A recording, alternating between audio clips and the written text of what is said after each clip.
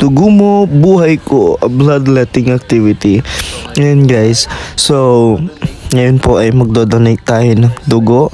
Dahil ngayon po ay meron pong bloodletting activity na inorganize po si Kuya Janus in collaboration po ng Region 1 and Mapanda National High School.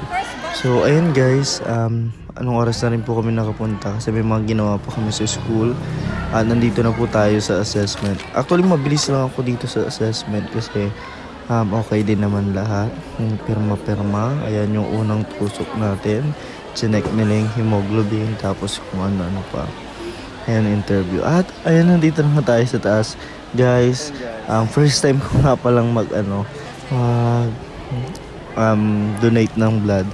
Dati ko na po talagang gustong gawin ito. Pero takot po kasi ako sa needles, ako sa dugo.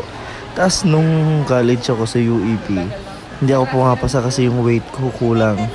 At ayan guys, so face your fears tayo. Ito pina-video ko lang sa estudyanteng nandun. Pero guys, natatawa talaga ako ngayon gino-voice over ko na ganito pala itsura ko guys. Kasi ayaw ko talagang tumingin. Kahit ngayon nasasaktan pa rin ako. Oh my goodness.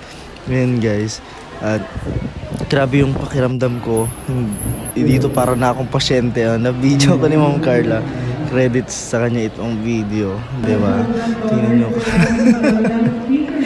My God! Itsura ko. Para na talaga ako mamamatay.